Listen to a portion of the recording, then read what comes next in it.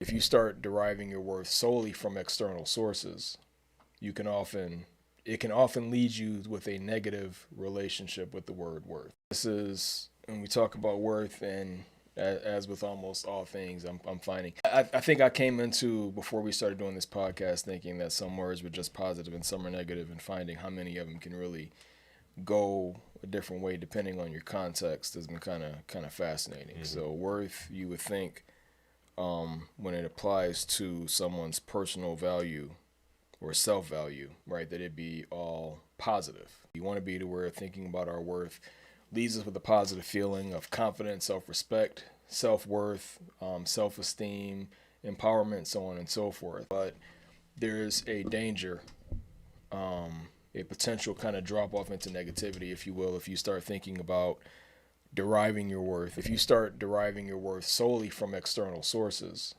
it can often lead you with a negative relationship with the word worth. You may not find everybody values you in the way that you actually, or to the extent that you are actually, worth something.